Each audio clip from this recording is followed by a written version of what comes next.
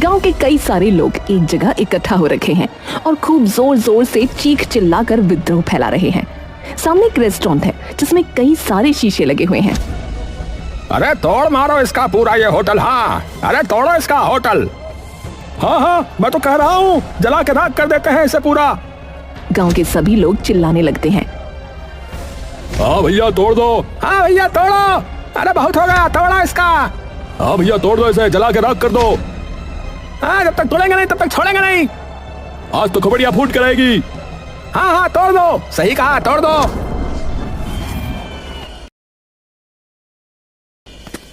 अर्जुन शहर से नया नया गांव में आता है, मन में एक जज्बा, आंखों में एक लक्ष्य लिए। शहर से नहीं, शुरुआत शून्य से करेंगे बे। अर्जुन तभी सरपंच के घर की ओर निकल जाता है। अर्जुन गांव के अंदर जा ही रहा होता है कि तभी उसकी नजर वहां के एक ढाबे पर पड़ती है जिस पर लिखा है मिट्ठू ढाबा। अर्जुन कुछ देर उस ढाबे की ओर देखता है, फिर अपना बोरिया बिस्तरा ले उस ढाबे में चला जाता है। ढाबे पर खूब सारी भीड़ इकट्ठा होती है जहां उसके सामने गांव का लल्लन बैठा राजमा चावल खा रहा होता है। नमस्कार भाई साहब। लल्लन खाते खाते उसकी ओर देखता है।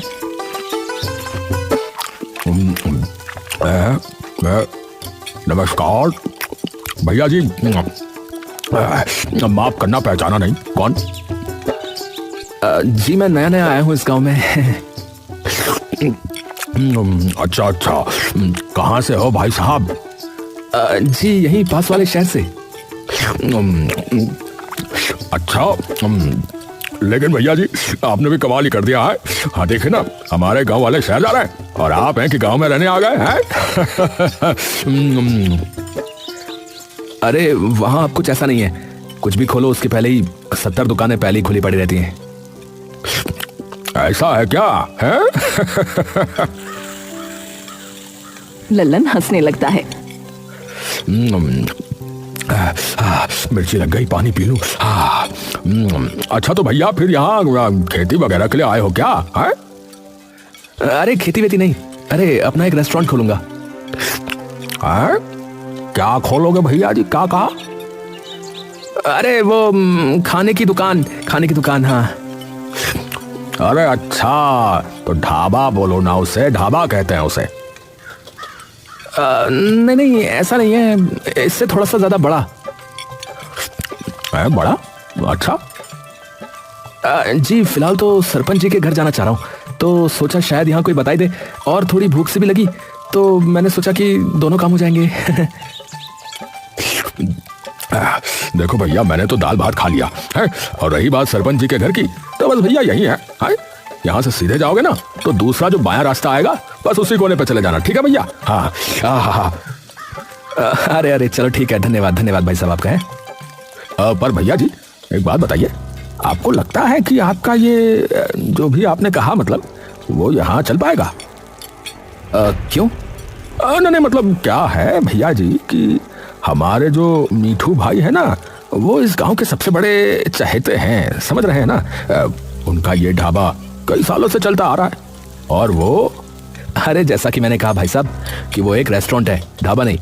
उसमें यहाँ से कई ज्यादा साफ खाना होगा और यहाँ से कई ज्यादा तरीकों की खाने की चीजें भी होंगी, समझे? अरे भैया गुस्सा नहीं, नाराज मत हो। मैं तो बस ये कह रहा था कि मीठू भाई ने इस गांव के लिए बहुत सी चीजें की हैं। एक वक्त ऐसा आ गया था इस गांव में कि अकाल छा गया था भैया, फसल के नाम पे एक तिनका नहीं बचा था खेतों में। तो उस वक्त जो है मीठू भाई ने अकेले भैया जी, अकेले पता नहीं गांव में कितने सारे किसानों को खाना खिलाया भैया, मुफ्त में, और वो भी पूरे 2 महीना भैया। तब से सभी आते हैं भैया। मुझे पता है ना भाई, क्योंकि मैंने खोला था एक बार अपना ढाबा यहाँ पर जो है 6 महीने बाद ही बंद हो गया।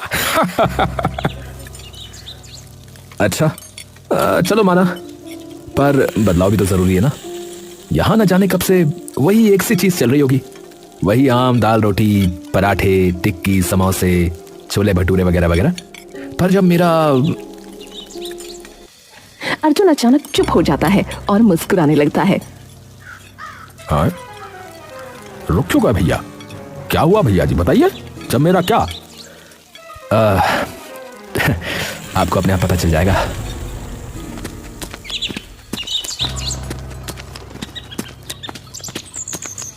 वो बाहर से जब झांकता है तो उसे कोई भी नजर नहीं आता। अरे कोई है, अरे कोई है, सरपंच जी, अरे कोई है भाई इस घर में, सरपंच जी। तभी सरपंच बाहर निकल कर आता है। अरे कौन आ गया, कौन है? अरे सरपंच जी, अरे इधर इधर, नमस्ते नमस्ते। हाँ भाई, बताओ क्या बात हो गई, क्या समस्या है? परंतु समस्या बताने से पहले ये बताओ कि तुम हो कौन?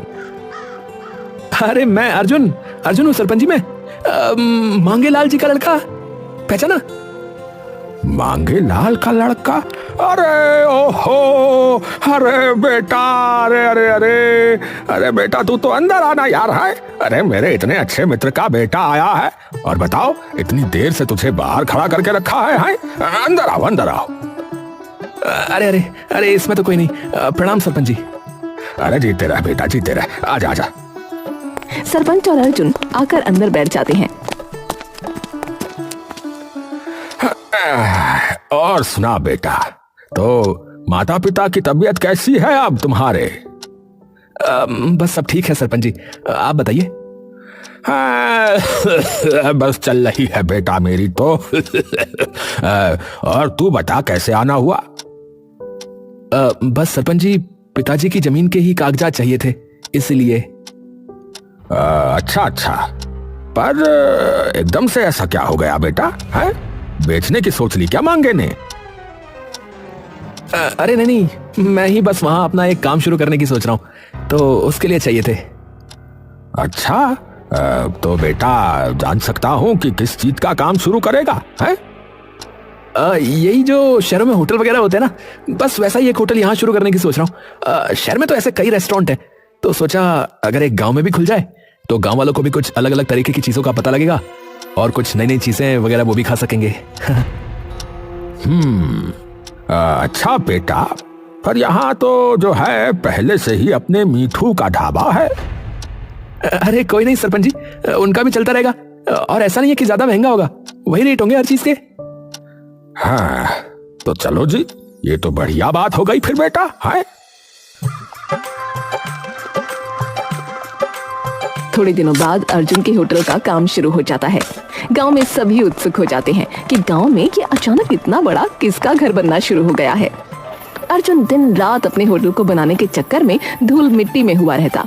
तभी एक शाम मिट्ठू ढाबे का मालिक मिट्ठू हलवाई अर्जुन के होटल के सामने से गुजर रहा था कि तभी उसकी नजर अर्जुन पर पड़ी, जो कि मजदूरों का हिसाब कर रहा था। मिट्ठू ये देखकर अर्जुन से मिलने चला जाता है। अर्जुन धूल मिट्टी में सना एक लाल कुर्सी पर बैठा सबका हिसाब कर रहा होता है। अरे भाई जी राम राम। अर्जुन मिट्ठू की तरफ देखता है। अरे नमस्कार काका, आप?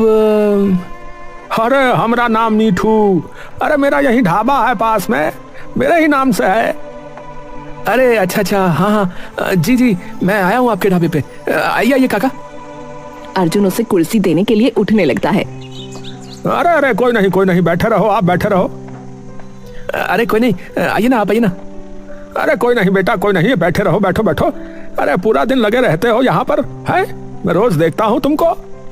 सच में बेटा बहुत मेहनत कर रहे हो। है हाँ जी हाँ जी, थोड़ी सी मेहनत तो करनी पड़ेगी ना अगर कुछ करना है तो। हाँ हाँ बेटा, बिल्कुल सही बात है, मेहनत तो करनी ही पड़ेगी। मैंने सुना भी है कि आप खाने का ही कोई रेस्टोरेंट वगैरह बनवा रहे हो, जो कि बहुत ही बढ़िया बात है, वरना मेरे ढाबे के तो राजमा चावल और पराठे खा खा कर सब थक लिए भैया इस गांव में तो। तो उन्हें भी कुछ नया मिल जाएगा खाने को अब। अरे नहीं नहीं काका, मैंने बहुत किस्से कहानियां सुनी आपकी। जितना सभी गांव वाले आपका आदर सत्कार करते ना, उतना शायद ही गांव में किसी को मानते हो, तो वो आपका साथ तो नहीं छोड़ेंगे जिंदगी भर।